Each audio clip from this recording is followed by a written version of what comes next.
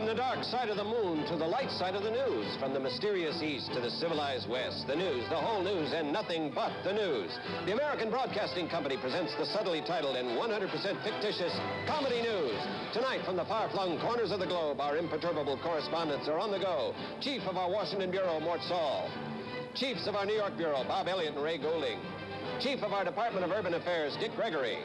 With the latest trends in classical music, Professor Peter Schickley. And with the day's doings in the world of sports, Spencer Quinn. And tonight, a special report from Joan Rivers.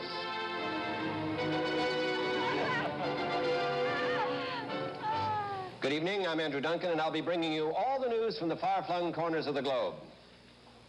And I'm Kenneth Mars, and I'll be bringing you more news. Hello, I'm Fanny Flagg, and I'll be bringing you news from the world of women along with Anthony Holland. Offering you my humble comments and critiques on the disparate worlds of arts and leisure along with... Marion Mercer, along with Wally Weather, hoping it's not going to rain on your parade. And now the news. It's all yours, Andrew. Thank you, Ken.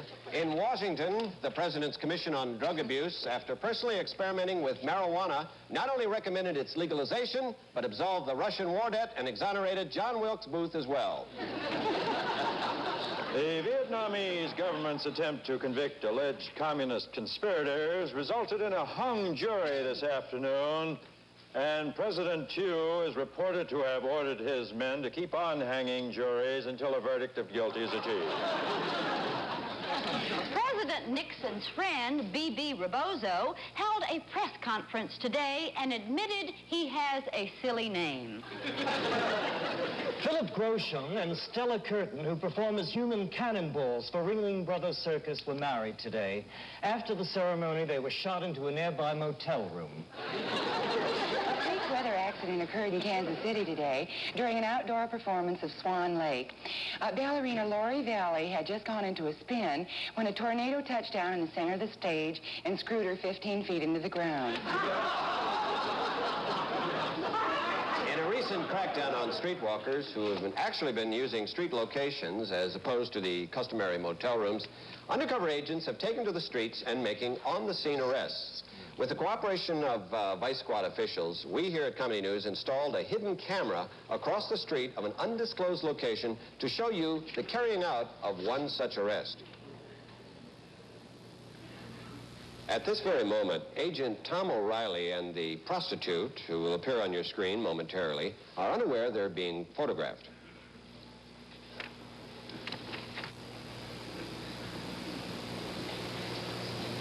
Now, you see Agent O'Reilly and the alleged streetwalker obviously coming to some point of agreement.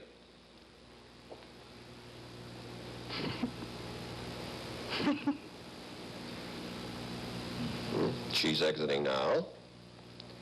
Now he is exiting. Now you can see they're both out of sight. And supposedly the arrest will be made at this point. Now let's watch.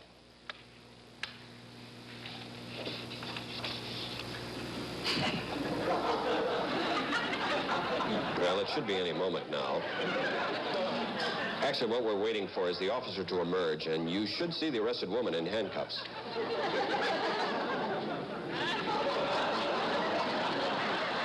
And, of course, at which point she will then be taken to the police precinct, where she will be most likely booked and charged with soliciting. Well, what Officer O'Reilly was probably doing there at that moment was making sure that his evidence was right and that the young woman, the alleged streetwalker, is indeed just that. Now, a premature arrest, of course, would, well, by the alleged lady of the evening, so to speak, would oftentimes be dismissed in court, so they have to be very careful on those things. Oh, yes. Like evidence and so on. Anyway, we're going to go to a commercial now, and we'll come back later and see how that arrest is ensuing.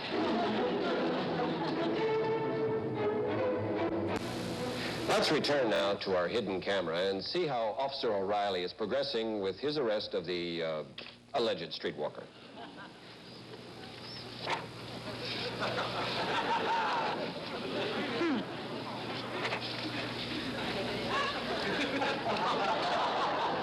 Camera's still holding on the hedge. That looks like nothing doing there.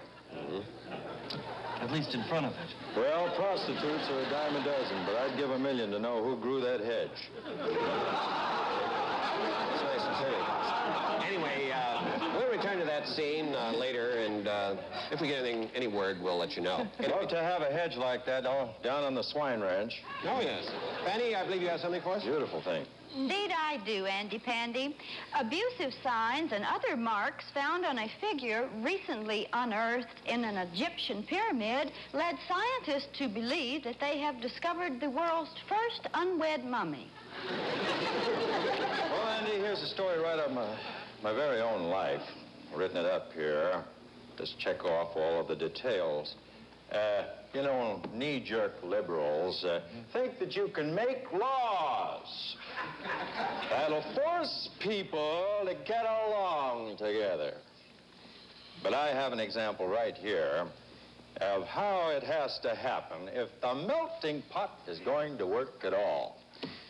My wife, Mrs. Kenneth Mars, and myself belong to a little country club, nothing much. We have a bar, we have a golf course, annual duck kill, rabbit clubbing. That's just about it. Well, last month, our club decided to take a big step and get at least one member of the Jewish persuasion. And that isn't as easy as you might think it is. Because your average Jew is a very clannish person. And he doesn't like to go anywhere that he isn't wanted, except maybe where there are a lot of them, like New York, Los Angeles. But we voted, and it passed 6-5. And we found one couple who wanted to join, Mr. Harry Gold and his wife, Ida, or one of those names. Well, we decided to do it up brown, right, and have a welcome dinner for the Golds, because the Jewish race, as you all know, is a very proud people. They go back thousands of years. They take care of their own, though, I'll tell you. You never see a Jewish beggar on the streets, do you? No, sir.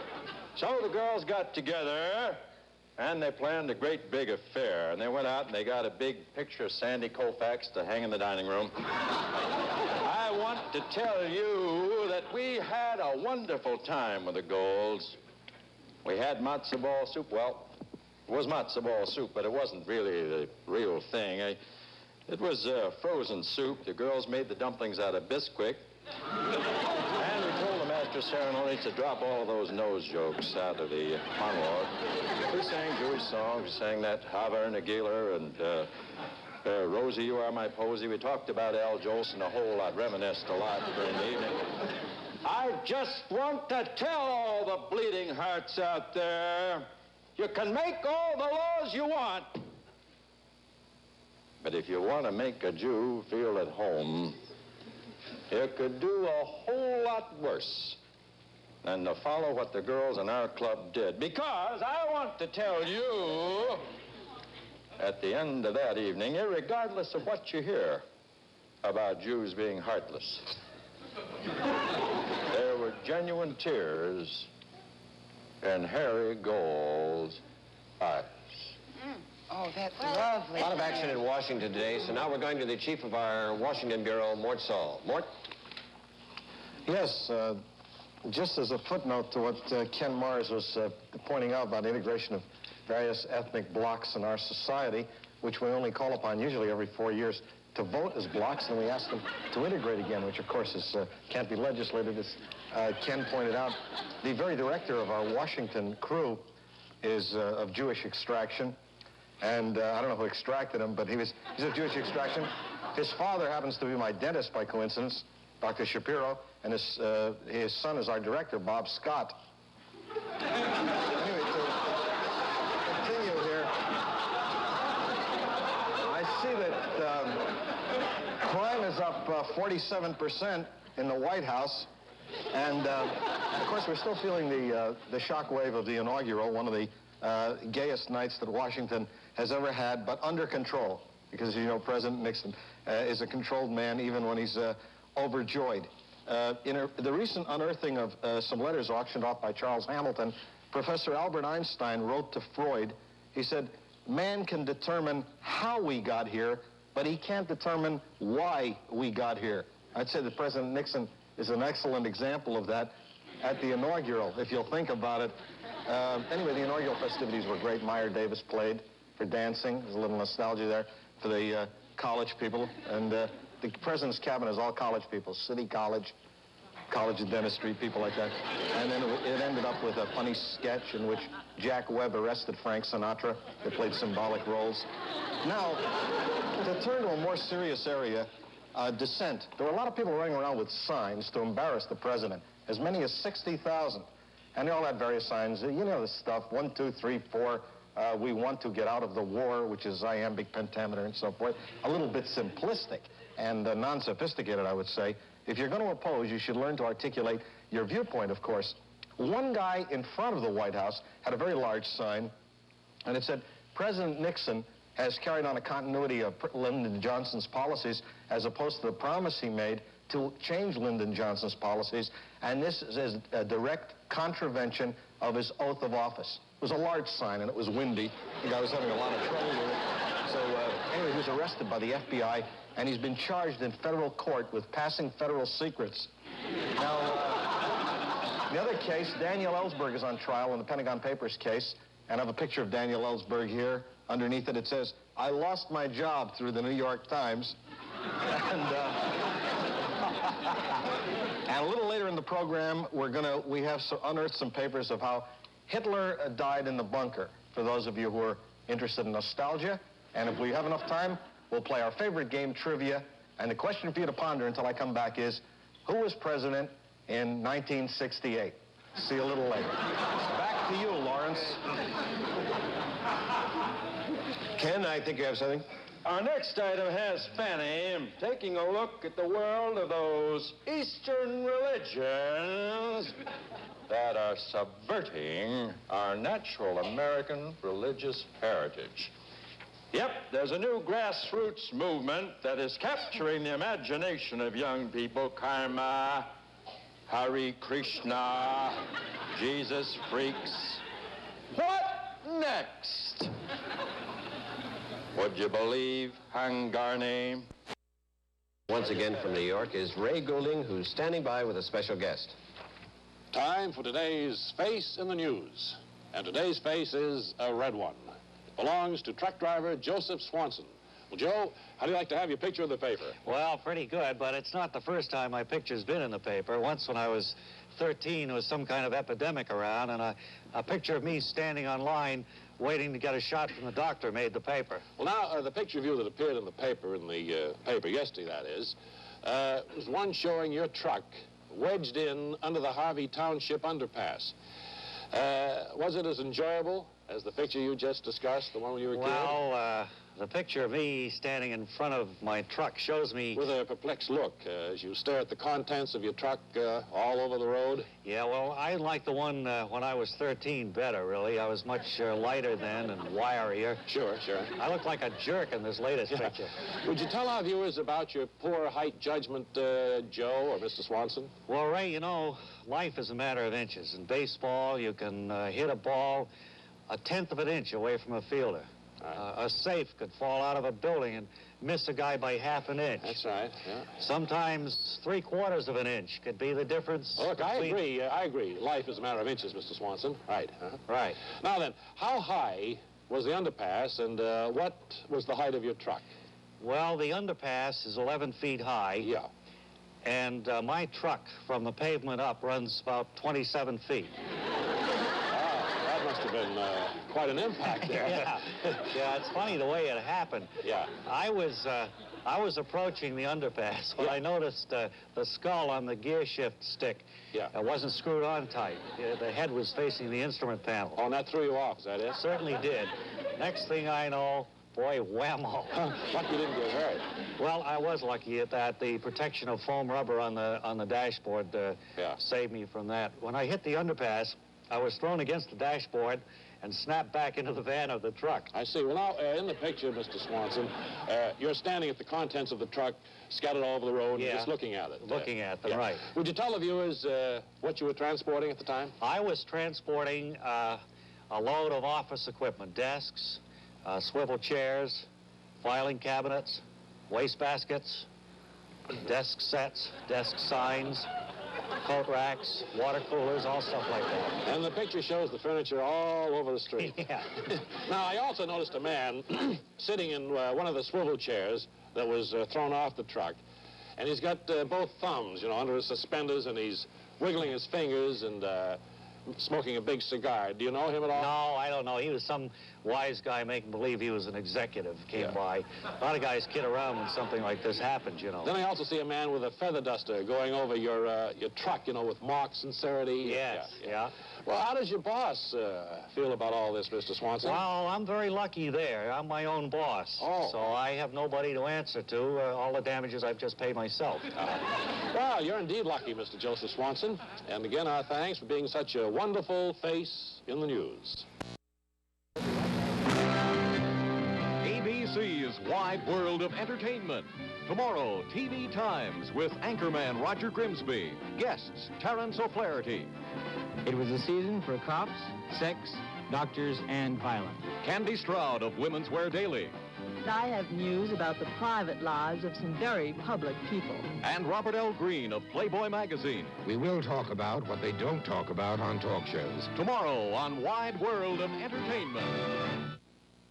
Here's a sad bit of news in the Human Interest Department. After 23 years as a taxi driver, Fred O'Hara had to retire when he lost the use of his gesture finger. Police arrested a Mr. Robert Fleischer for being under the influence of LSD at Disneyland yesterday. His strange antics came to their attention when he approached Harriet Meeker, a 230-pound Spencer, asking, "Are you a ride?" Not a ride. For those of you who just tuned in, earlier we hit a TV camera and we were covering the arrest of an alleged streetwalker by Vice Officer O'Reilly. So let's cut away now and see how that arrest is progressing. Well, there's the hedge again. Obviously, Officer O'Reilly is making sure that he has an airtight case. I understand that no arrest can be made unless money actually exchanges hands. And, well, who knows? Perhaps when we weren't looking, Officer O'Reilly was short of cash and had to dash away for a few minutes while he got some. What kind of a hedge is that, Ken?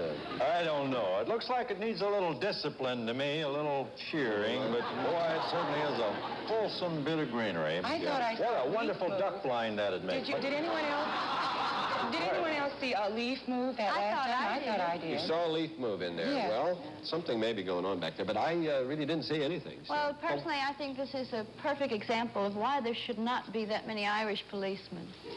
Oh.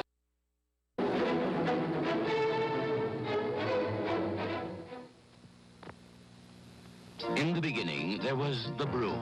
It was better than nothing. Then came the first vacuum cleaner, the first uprights, and the first canister. They were better than the broom, but not much. And now the ultimate in cleaning convenience, the new Eureka Power Team. 2 cleaners in one, with the suction power of a canister and the automatically adjusting Rotomatic power head to give it the deep cleaning power of an upright. The new Eureka Power Team, the ultimate in cleaning convenience. At last. And now, over the stadium, the famous Goodrich blimp. Goodrich doesn't have a blimp. Goodyear does. And since they've done more advertising, it's not too hard to confuse our names. But we believe the best way to keep our name from being forgotten is to keep making tires worth being remembered. And that's just what we're doing. If you want Goodrich, you'll just have to remember Goodrich. The Brazilian-American student exchange program suffered a severe setback today when Brazilian military men tried to exchange 6 Brazilian students for a medium-heavy tank. Now the Scranton Playboy Club was concerned yesterday when 16 of the bunnies failed to pass the rabbit test. Now, here's our urban affairs reporter, Mr. Dick Gregory. I bet you've got the shiniest Cadillac in town, haven't you, Dick? Right on. Hello, Dick Gregory, your urban correspondent from the ghetto. Many Americans seem to be upset this week over the cold weather that seemed to be gripping the country, but personally, I like cold weather myself because I feel it makes race relations pretty nice. 3 weeks ago, I was in downtown Chicago. It was 21 below zero, and a white drunk walked up to me and said, "Why don't you get on back to Africa where you belong and take me with you?"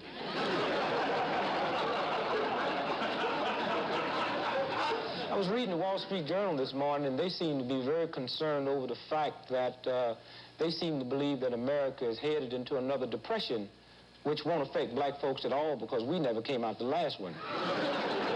We hear everybody in America today complaining about tight money. We didn't know what it was like when it was loose. Of course, the cost of living affects us all, and the cost of living, I mean, can you believe food so high is almost cheaper to eat money? 3 weeks ago, I went shopping with my wife at the supermarket, and when we finished shopping, the clerk figured it up. He said, "That'll be $85. I paid him. He looked at me and said, "Where you want me to put the groceries?" I said, "Just put them in my pocket." Probably the biggest topic of discussion in the black community today is the fact that there are no fallout shelters in the black community, which is very frightening because if America goes to World War III in the morning and they start dropping them big bombs over here, we got to run all the way downtown. And so because of that, the black leaders next week is planning on going to Washington, D.C. to discuss with the president and officials of the Pentagon about building fallout shelters in the black community. And if for some reason they say they can't afford to build fallout shelters in the black community, then we intend to ask them to give us a 3-day warning. Which means if you whites ever look around one day and see a whole lot of black folks slipping downtown, they just might know something. Okay, back to you, Andy. Thank you, Dick. Today in Texas, tensions were still high as ecologists reportedly downed their 15th crop duster. A major garment manufacturer complained today that since the city has instituted its crackdown on porno film houses, sales of raincoats have declined by 40%. Well, believe it or not, once upon a time was a time when Old Glory had a picture of a vicious rattlesnake on it, and the legend, "Don't tread on me," written right underneath the snake. Hard to believe, isn't it? In a day when any half-educated wild man of Borneo can spit on the red, white, and blue. Spit right in Uncle Sam's eye and get away with it. Well, I'm happy to say that that isn't always the case. You take the story of Wilbur Salty Dog Harrison. Wilbur's a tuna fisherman. He's been having an awful lot of trouble with a certain South American country which claims a 200-mile limit in their fishing territory when most of these taco tasters can't even count beyond 10. Well, last year, the south of the border pirates not only confiscated his tuna catch, they made off with his electric wristwatch. They made off with his electric wristwatch and his Pittsburgh Pirate glow-in-the-dark baseball pennant as well. Well, this year, Wilbur is fighting mad, and he's ready for them. He's armed his tuna boat, the Alamo, with 50 caliber machine guns, rocket launchers, depth charges, in case they try to get at him from below. And sure enough, he wasn't out 2 days when those hijackers tried to board him. Well, sir, I wish I could have been there to see it. For Wilbur held off 2 patrol boats and a light cruiser while his wife, Euphoria, shot down a seaplane that was attempting a kamikaze attack on the forward tuna hold. Not only that, Wilbur is really mad now, and he's declared war on that certain country. And there's a rumor that sympathetic Navy men have lent him a Polaris missile or 2.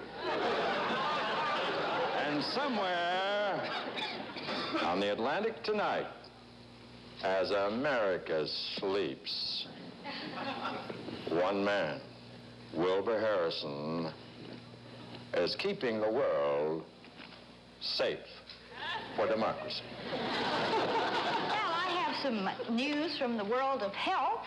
Enoch Wade, who is 119 years of age today, released the secret of his longevity. He said it is all diet. And as a young man, Mr. Wade studied exterminating and discovered that roaches were the oldest living creatures. Enoch's diet consists of crumbs and bits of sugar eaten while crawling along a counter. Something just came across our monitors regarding our hidden camera and Officer O'Reilly, so let's look in on that. Oh, yes, there's the hedge again. Now, that... hold it. That seems to be Officer O'Reilly there. Now, no sign of the arrest.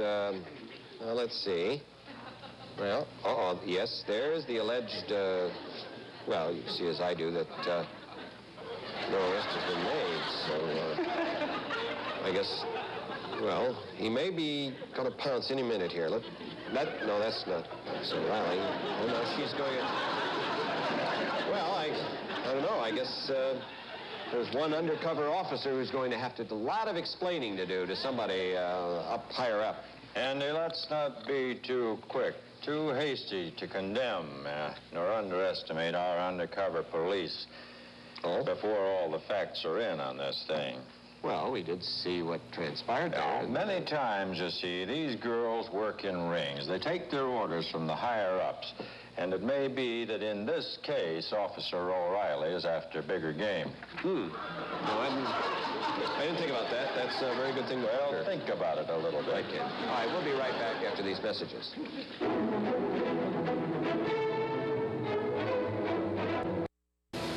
Well, Ken, my face is red. I don't know what to say. I've just been informed that the gentleman you saw in that film was not Vice Officer O'Reilly. Of course, would like to apologize to the police department and, of course, Officer O'Reilly for that mistake. I understand he was watching the whole thing in Eddie's Four-Leaf Clover Bar and Grill, and he's on his way over there right now to cover the assignment. Unfortunately, we don't have the time or inclination to cover that. Well, at least I'm glad you admitted your mistake. That was mighty white of you. I think that's terrible. Don't you? I mean, what about Mrs. O'Reilly? Suppose she was watching. Oh. I think maybe we should make a personal apology. What do you think? Well, I certainly want to apologize to Mrs. O'Reilly and the children and... the inevitable children. The dog. And O'Reilly. Yeah. Exactly. Yeah. A year and a half ago. Oh, I liked him. Didn't you like him? He was a very sweet man, right. Anyway, I think, Marion, you got something to do with the weather? Yes. Wally and I have been just getting scads of letters now that Jack Frost is finally leaving. So long, Jack. Don't forget to write. Right, Wally. And people are writing us to ask when they can get something into the ground. And now that planting season is here, it seems that just everyone has things they want to stick into the ground.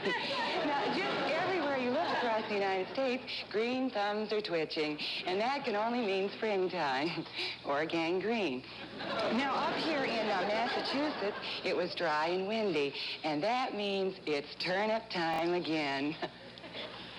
But whatever you folks up in Massachusetts do, don't stick it into the ground in a month with the letter R in it. So everybody up in Massachusetts, be sure you check that calendar.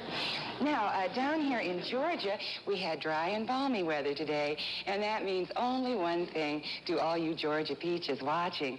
It means radishes. Ripe red radishes, which gives so many people pleasure and gas. Plant your radishes deep in their bed, and they'll come up healthy and wealthy and red. Folks, isn't it remarkable how much the weather has to do with things that grow? Now, do you realize that without the weather, the only food you'd have to eat is food that never grows? And since all food grows without the weather, why, most of us would probably starve to death and perhaps die. Now, a sad thought, perhaps, but then the weather has its sober side, too. Now, I've received an awful lot of mail asking me to give marine forecasts. So here goes. Quantico, 49 and raining. Paris Island, 57 and cloudy. But I couldn't find a thing on the halls of Montezuma. Oh, I'm so glad we had this time together. I hope your weather tomorrow is exactly the way you like it, whether you like it sunny side up or scrambled. Back to you, Andy. Marion, we'll take you any way we can get you. Thanks very much, and we'll be right back after these messages.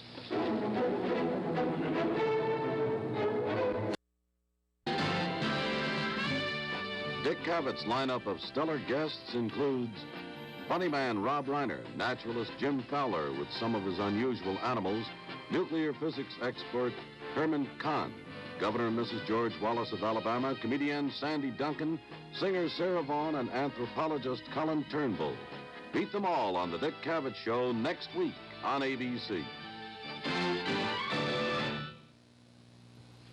Now here's Anthony Holland with a review of last night's opera at Madison Square Garden. Tony? Oh, thank you, Andrew. Thank you. The cultural world of New York was given a jolt last night from the Metropolitan Opera Company's benefit performance of Carmen. Problems began yesterday afternoon when maintenance workers at the arena went on strike following the hockey game between the Rangers and the Chicago Blackhawks. This meant that the opera would have to be performed on ice or not at all. Well, after considerable deliberation and the grand show business tradition, the members of the company decided to go ahead. Well, the first sign of trouble came during the opening solo when Carmen hit a high C, slipped and skidded 35 feet into the visiting Blackhawks net. A short time later, Anthony Joe Fusco, the new Italian tenor, playing Don Jose, Carmen's lover, during the chase scene, started too fast and slammed Carmen into the boards with a vicious body check, breaking 3 fingers on her left hand. Joe Fusco ended up singing the famous Flower aria from the penalty box. Well, numerous injuries occurred in the second act when the gypsy chorus collided with the Spanish militia near the center face-off circle, crying hysterically. It was really pathetic. 3 sopranos and 2 altos slid completely off the ice, down 2 flights of stairs and landed in the Rangers' locker room. Amid the chaos, one gypsy was seen kneeling just inside the blue line, clutching his broken tambourine. The worst indignity, however, was suffered by Carmen's lover, Escamillo, a bullfighter. While singing his Toreador song, he was hit from behind by Rico Rizzo and his huge Zamboni ice-making machine. It seemed that Mr. Rizzo didn't believe in strikes and reported to work as usual. Well, after the performance, the entire cast was taken to St. Teresa's Hospital for medical treatment. Actually, I don't like Carmen very much. I'm very tired of it. It was perhaps the most interesting performance I've seen. Well, tell me, Tony, what was the score of that opera? Well, I think it was 3 sopranos and 2 baritons. Now, Bob and Ray sportscaster Biff Burns is in New York right now to find out some interesting things about a not-too-well-known sports record. Hi, sports fans. This is Biff Burns with more highlights and sidelights from the world of sports. My guest on this edition is a man whose name has been popping up in the headlines of the sports pages, a fellow who really needs no introduction, Skip Moxford. Well, thanks very much, Biff, but I think I may be a fellow who does need an introduction. Oh. It seems like wherever I go, nobody's heard of me. Well, that's a little bit of inside dope we find awfully hard to believe, Skip. After all, it's not every day in the week that a fella keeps a yo-yo going 42 hours and 26 minutes nonstop. Well, of course, it took me almost 2 days in the week to set the record, Biff. Probably because that's about how long 42 hours and 26 minutes turn out to be. To keep a yo-yo in motion for 42 hours, you got to figure on almost 2 days to do it. Is that right, Skip? That's right, Biff. Of course, my record of 624,818 round trips might be equaled in less time by somebody who yo-yoed faster, but I was really going for endurance, rather than speed. I understand you were getting pretty logy near the end there. Well, I was getting pretty logy near the end there, Biff. Just watching a yo-yo go up and down that many times makes you kind of dizzy. Sure. And naturally, I was afraid to try any tricks like, walking the dog to break the monotony. I was afraid I'd lose control of the yo-yo. Well, there's another hot tip for you yo-yo aficionados from the champ himself. An endurance run is no place for showboating, eh, Skip? Well, it brings the crowd to its feet and all that, Biff, but after 12 or 14 hours, you start getting punchy, and it's safer to stick with the, the proven up and down yo. Yeah, I know you did get pretty punchy yourself during that record run, didn't you? Yeah. I'm wondering what prompted you to absorb all that punishment. I understand you weren't paid anything for posting the new mark. No, I wasn't paid anything for posting the new mark, Biff. I guess I was just driven by the same motive that inspires mountain climbers. Probably. They'll tell you that they had to conquer a certain peak just because it was there. Well, with me, my yo-yo was there, and I just had to keep it going 42 hours and 26 minutes. It's really the story of a great athlete who scaled the heights because he was all heart. Well, that's the way I like to think of it, Biff. Of course, my friends and relatives just figure I'm a complete nut. a man my age playing with a yo-yo for 42 hours and then starting to cry, you know, when he has to quit because the string breaks. But, you know, what people around us say in a situation like that. Sure, but obviously you haven't let public opinion prevent you from basking in the limelight during your moment of glory. No, it's been a private opinion more than public that's taken the edge off the thing for me, Biff. My friends started denying they knew me after 6 hours of my record run. And by the time I was halfway through the 34th hour, my wife had packed and left, so now I'm completely alone. And free to make a new assault on your own record with a stronger piece of string and the best yo-yo available, right, Skip? Well, I'm free to make an assault on the record any time I want to, Biff, but there's already a move underway to have me committed. And my lawyers advise me to stay away from yo-yos completely. Well, your retirement will make the sports world a sadder and emptier place, Skip. But I'm sure that your accomplishments will be remembered for a long time to come. Well, that's what my lawyers are afraid of.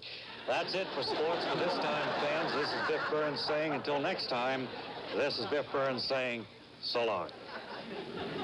We'll be right back after these brief commercial messages.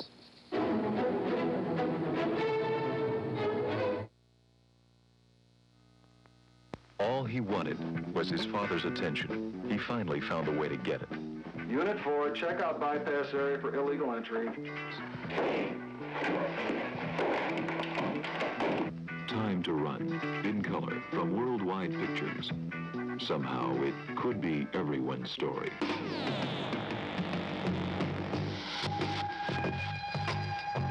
Limited premiere engagement now showing citywide. Hi, Mom. Anything I can do to help with dinner? You can cook it. Well, what can I cook that Dad and the boys would like? Hamburger helper, what I was planning. There are lots of flavors and it's easy to make. Just remember, all you need is 1 pan, 1 pound of hamburger, and 1 package of hamburger helper. For one happy family. This tastes great, Julie. Dinner with hamburger helper is one of my specialties. It's nice to have you and hamburger helper in the kitchen. My kids live in meat and potatoes country. And you know who knows it? Swanson. Look, a Swanson frozen entree. Just meat and potatoes, and good. Beefy meatballs with whipped potatoes, or Salisbury steak with French fries, or great fried chicken. Your meat and potatoes, gang. You can't beat these Swanson entrees. Just meat and potatoes, and good. It's the next best thing to your good cooking. Swanson makes it good. Here's NASCAR champion Richard Petty on the track in your kind of car. He's going to open your eyes to a real danger, reflected glare. Now watch. These are Coolray Polaroid sunglasses with the famous Polaroid lens that kills reflected glare and lets you see. When a pro says, "You'll never see me driving without them," shouldn't you listen? Coolray Polaroid sunglasses in over 100 styles and flip-ups for prescription glasses. Comedy news will still probably continue after station identification.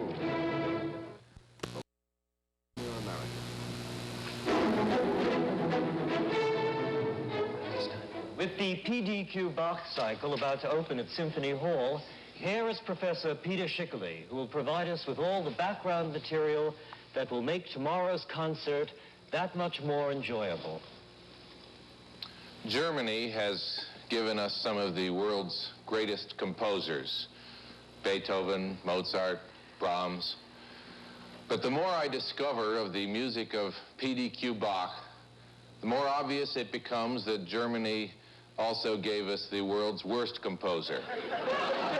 My forthcoming book, entitled PDQ Bach, Can It Happen Here?, brings to light the little we know about this man who has been called a wrong note in the symphony of history. It is the result of years of painstaking research done by myself and my students at the University of Southern North Dakota at Hoople, where I give a seminar in a concept essential to any true understanding of the music of PDQ Bach, the concept of accidental originality. I'd like to share with you some of the high points of our discoveries so far. This is the University of Southern North Dakota at Hoople. This is the main building, actually.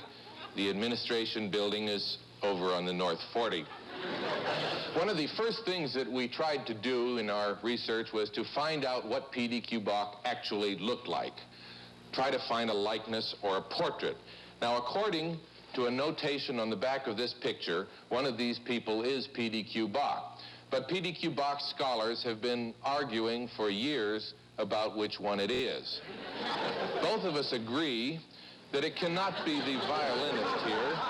P.D.Q. Bach would not be outraged by the cacophony of street sounds, since much of his music very closely resembled the cacophony of street sounds. It cannot be this man, for P.D.Q. Bach, as far as we know, did not play the oboe. He played the piano and the horses, but not the oboe. This little boy here seems to be playing the drum and singing simultaneously, a feat of coordination obviously far beyond the powers of P.D.Q. Bach. That leaves the only possible candidate in this picture, this little fellow here who is watering the plants. Little girl next to him is obviously very impressed. Perhaps the last person in P.D.Q. Bach's life ever to be impressed by him. Here is one of P.D.Q. Bach's musical soirees. You see some of his musical drinking friends. This is Thomas Collins, one of his favorite drinking companions and Germany's foremost virtuoso on the bagpipe. P.D.Q. Bach can be seen here at the bottom of the picture. You can just see his arm and his leg there. The rest of him is under the table there, which is where he did most of his work. Here we have a page from P.D.Q. Bach's sketchbook. This shows not only the beginning of the cantata Iphigenia in Brooklyn and various themes that he threw away as not being worth working on. Da da da dee da da da da da da dee da dee da da. But mostly, as you can see, has a little chart here reminding himself the different key signatures. He practices writing his name here. He has the names of various girls and their addresses and the best time to visit them. A little picture here of his brother, J.C. Bach, who's not on too friendly terms with him. A grocery list here, a tic-tac-toe game at which he cheats shamelessly.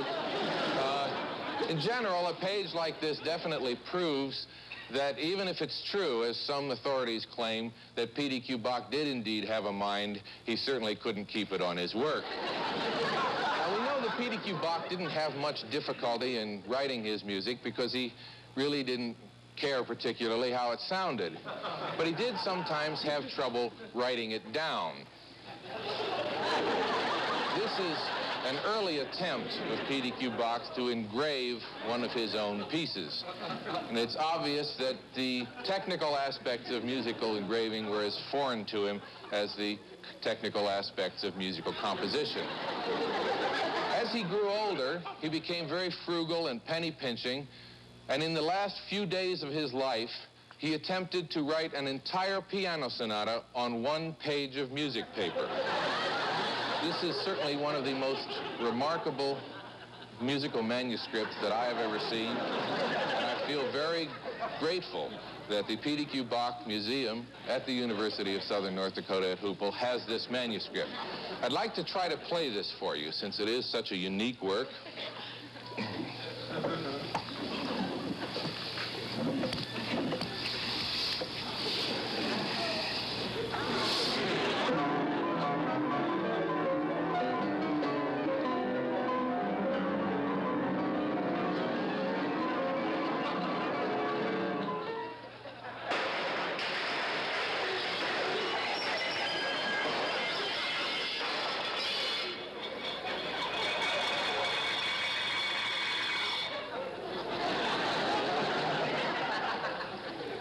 And we're going to return after these messages and return.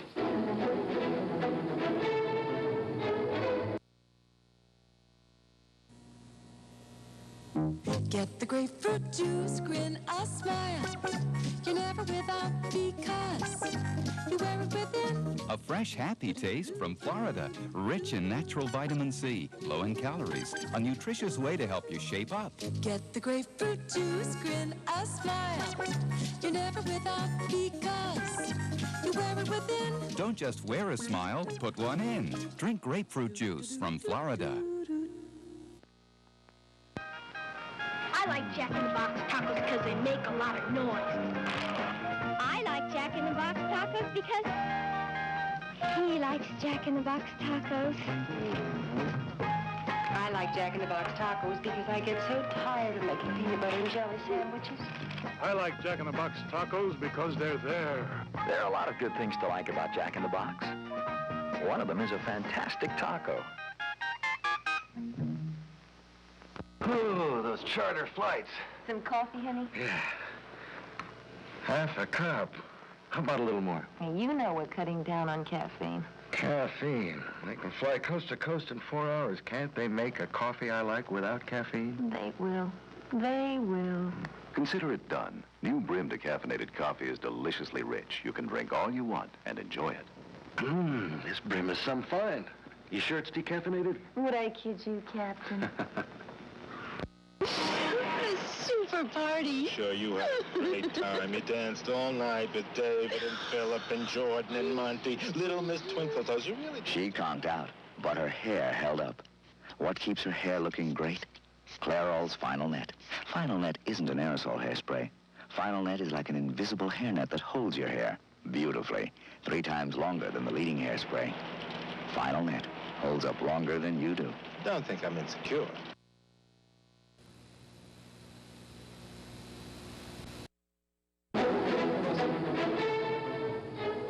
Tonight, a change of pace on Off the Cuff. We have authoress Gail Parent and, of course, our Morals and Manner editor, Joan Rivers, and our own Fanny Flagg and Marion Mercer. Now, Miss Parent, you've written a book called Mandatory Marriage. Is that correct? Yes, that is correct. Simply put, what is it about? Well, it is my theory. I call it MM. MM? Yes, for mandatory marriage, like USA is United States of America. Oh, yes. Excuse me, the title fascinates me, Mandatory Marriage. Now, is this is it a book about ladies, excuse the expression, that have to get married? No. It would be a federal law established by the government saying that everyone had to be married by 21, whether they were pregnant or not. Excuse me. Excuse me, I think we could just clear up something here. I would like a definition of the word mandatory. Does that have to do with men? No. It means you have to get married unless you can prove that marriage can do you bodily harm. Joan, I think before that, I should think. Oh, yes. I have many friends in the gay community. Yes, we know that, Joan. Yes. My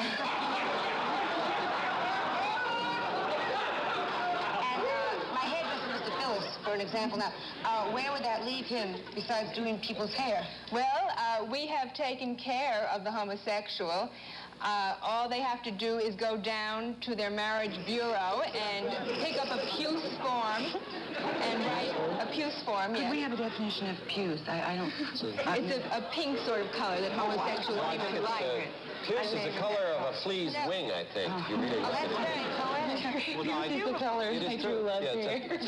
Puce means flea. Yes, excuse me. I think Joan's interested because she has some friends she wants to find out. Well, I just am not speaking as a member of the gay community, but as I said, many friends of mine in and out of closets want to know, we will find them a mate also. We're just not going to ignore that. No, we're just saying everybody should be married. Yes. No matter what their faith, dominion. Yes, this will help a lot of people in this country. How? Well, caterers, for example. When you think of all those marriages, one can only think of all those weddings close behind. Mm-hmm. I think that's... Well, now, what if you do get married and you find that you don't particularly care for the person that the government, I suppose, has picked out for you? What's so unusual about that? Well, if you don't care for the... is the divorce, can you get a divorce? After 25 years, on your silver anniversary. Yes, it's very fair. And then you only have to see your wife on Tuesday nights. and 1 week during the summer. But who decides who you marry? I mean, is there a choice, or is it just yes. computerized? Well, no, there'll be a bureau in Washington headed by a very nice woman called Ruth Klein, who seems to know who people should marry. Is she married? Yeah, she's married, and a lot of people have made mistakes. I put my faith in Ruth.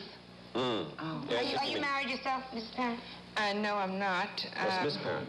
Yes, and Miss. Yes, no, I'm not married. Well, now, the thing that strikes me right off was the fact that we're having so many problems with overpopulation, and this would seem to encourage the birth of many children. I mean, I don't think that's necessarily true. No, the government can't take care of everything. You know, if they find somebody a mate, and then we'll see what happens. Also, the divorce rate is up. It seems to me you'd have more divorces than if you had mandatory marriage. Well, it's not working so well now. Let's try it with the government. No, Gail mentioned that you have to stay married for 25 years. Well, that's mandatory, and then... Right. Or move to Canada or Sweden or do one of those things. You know, be jailed. Well, is fooling around completely out if you don't particularly like your... Now, I think the government would be stepping in too far to take care of any of those problems. So in other words, if you do have a marriage that is not a working marriage, you can work out an arrangement among your husband and yourself and fool around. Right. Well, a lot of people feel that my proposal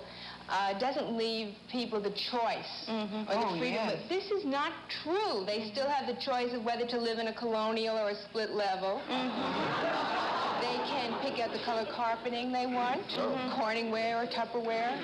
Where's the basics? May I ask you, where did you get this idea from? It's a fascinating idea. Well, you know, Richard Bach wrote Jonathan Livingston Seagull, and he always says that there was a voice behind him that kept saying, Jonathan Livingston Seagull, Jonathan Livingston Seagull. Well, the same thing happened to me. There was a voice behind me that said, mandatory marriage, mandatory marriage. That must have been very disturbing. Yes, I looked behind, and it was my mother, dressed as a seagull. Well, where does love fit into this? It doesn't. It doesn't. No love at all. Sure. Try to punch holes in my theory. No, it'll be good for business, won't it? I just think love is a lot of fun. Well, is the book selling? Is it doing well?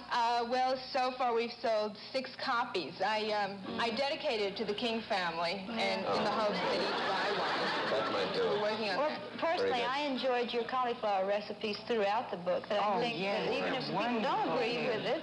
So off the cuff, you learned many things, and we hope you'll be enjoying us for our next segment of Off the Cuff. Thank you.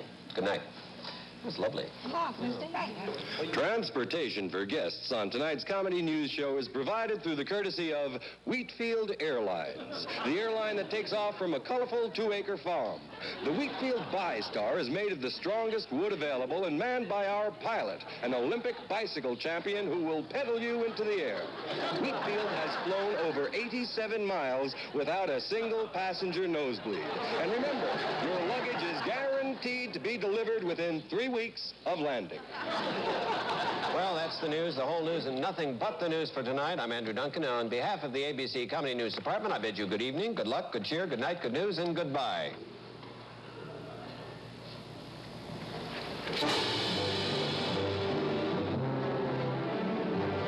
Hotel accommodations for the comedy news provided by the Continental Hyatt House, Hollywood's finest hotel, located on Payne's Sunset Strip in the heart of the entertainment and restaurant capital.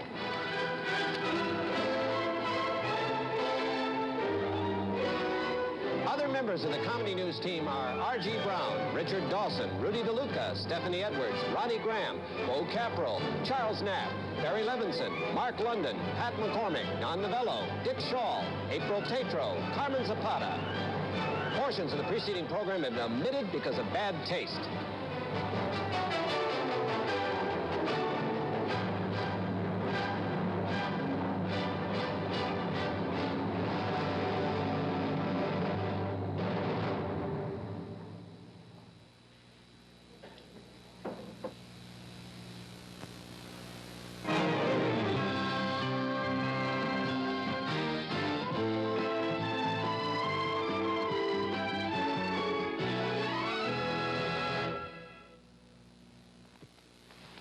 Give to Easter seals and help work miracles like this. The remarkable joy of living is the joy of giving. A little girl tells a lie to save Kane's life, and he starts on a dangerous manhunt to tell her the truth on Kung Fu tomorrow night. Following Kung Fu, a missing hearing aid is the key to a murder in the streets of San Francisco, here on ABC. This is a Celeste frozen pizza, but please don't compare it with the other frozen pizzas. Compare it with your favorite pizzeria pizza. The crust is not too thick, not too thin. The sauce is made from fancy ripe tomatoes, lots of mozzarella, Romano, imported from Italy, special seasonings in the sausage. Esquisita. At Celeste, for all our frozen foods, there's no skimping on the old family recipe.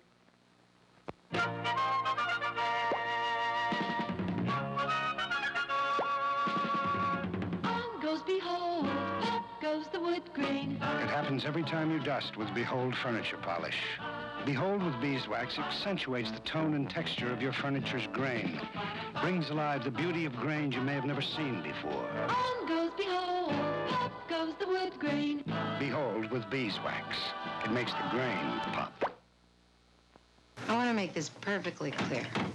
I don't believe in ever being pushy about an attitude.